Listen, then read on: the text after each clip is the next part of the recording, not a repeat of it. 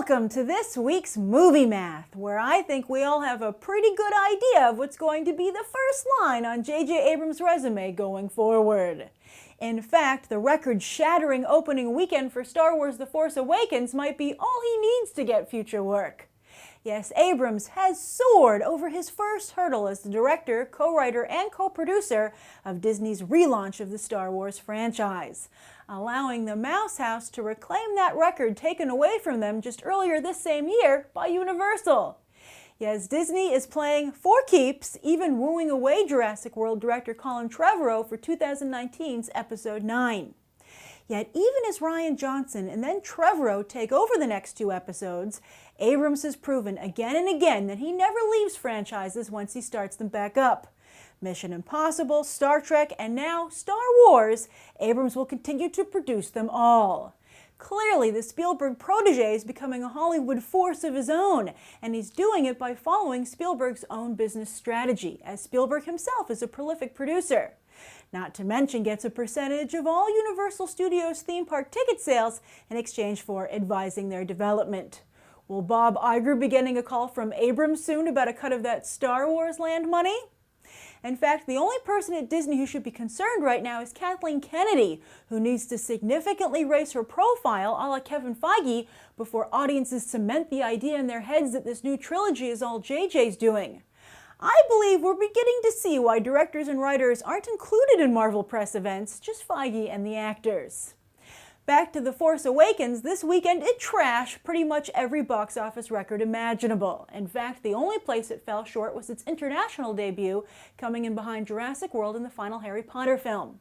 Still, in just 3 days, Star Wars The Force Awakens has already cracked the top 10 movies of the year domestically, and in just 5 days, it opened in many countries on December 16th, Episode 7 has almost cracked the worldwide top 10 as well. Now the big question is, will it be able to join the $2 billion club, where currently James Cameron is the only member? But despite Star Wars' eye-popping launch, entry to the $2 billion club isn't in the bag quite yet, as apparently the franchise isn't that popular in China, where it opens January 9th. Yes, since moviegoers there have only recently been exposed to big Hollywood movies, they missed the original Star Wars craze entirely. But even without China, Episode 7 still has the entire month of January all to itself to just soak up cash before February, which has become a major movie-going month itself. And believe it, Disney will be going for broke as they try to shatter the all-time record just as they did the opening weekend one. After massively succeeding in getting die-hard Star Wars fans and overall movie fans into the theater opening weekend, now the name of the game will switch to convincing non-fans to join in the fun. The Force Awakens' initial audience was 66% male and 53% over the age of 25. Ethnically, the initial audience was 62% white, 15% Hispanic, 10% black, and 7% Asian. Is the casting of Daisy Ridley and John Boyega starting to make a little more sense now? But this raises two other important questions. First, will Ridley and Boyega be able to deliver female and non-white audiences in the long run, even though they clearly didn't do much to boost those numbers opening weekend?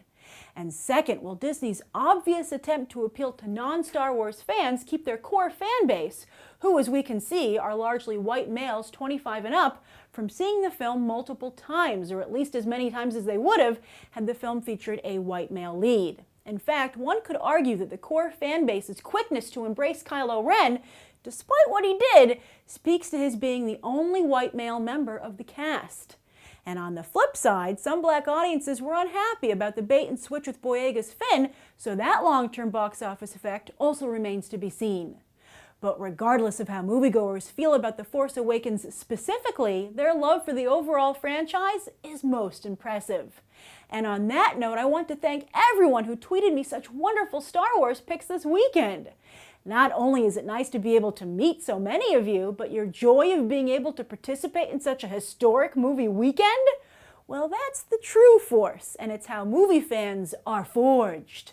So without further ado, let us bask in your mighty box office power.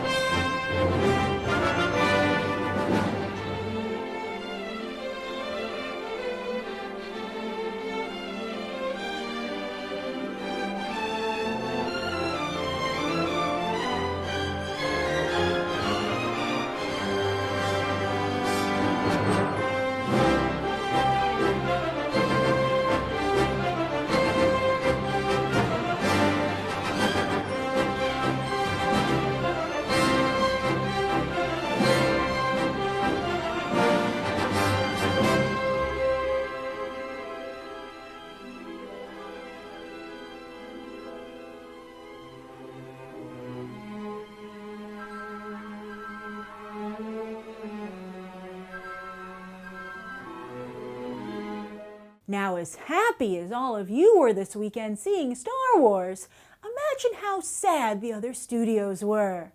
See, both Universal and Disney have now proven that when you get the blockbuster formula just right, moviegoers will come, and apparently that formula includes a heavy dose of nostalgia. Yes, after Jurassic World and Star Wars The Force Awakens, Universal will almost certainly bring back Jaws and Back to the Future, as rumor has it. And Spielberg did just form Amblin Partners over at the studio, leaving Disney actually. Hollywood is such a small town, which is why box office burns like these are particularly painful, especially to perhaps the only other studio as franchise-rich as Disney, Warner Brothers. 2015 has been a very bad year for Warner Brothers box office-wise, and surely the lack of traction for the Fantastic Beasts teaser last week didn't cheer up Kevin Tsujihara and the rest of his crew. But in 2016, Warner Brothers will finally fully launch their DC Cinematic Universe. And you can bet that every studio in town is going to throw everything they have into creating cinematic universes, as well as bringing back old franchises. I mean, think about it. Mad Max is emerging as the favorite to win Best Picture. As for the rest of the weekend box office, it turns out that Star Wars was such a juggernaut, it left no room for counter-programming. The Chipmunks sunk to a new franchise low, while Tina Fey and Amy Poehler couldn't even match the debut of Baby Mama 7 years ago. All holdovers dropped 50% or more, while In the Heart of the Sea truly did get swept away, plummeting almost 70% in just week 2. Ah, Chris Hemsworth taken out by friendly fire. Or perhaps Disney just wants to keep his Thor paychecks down. And the specialty market even suffered large drops, as the Danish Girl and Youth were the only picks in limited release to go up rather than plummet. But interestingly, the Star Wars box office vacuum allowed 2 films from India to crack the top 10, Dilwale and Bijrao Mastani. But don't worry, Disney has its eye on that audience too, not just with their own India division and next year's The Jungle Book, but Riz Ahmed co-stars in Star Wars Rogue One. As for this coming weekend, as usual, Hollywood is leaving a number of presents under the Christmas tree, not just for holiday moviegoers, but last-minute entries for this year's awards race. In the shadow of Star Wars, 4 movies will open wide, with Jennifer Lawrence expected to lead the pack, plus The Big Short will expand nationwide on Wednesday. In addition, The Hateful Eight will hit 100 theaters, while The Revenant, hoping to post an impressive per-theater average, opens in just 4. And that's the weekend box office. I'm Grace Randolph, and we just did some movie math. As always, thanks for watching, and I hope you'll go beyond the trailer for these other top movies.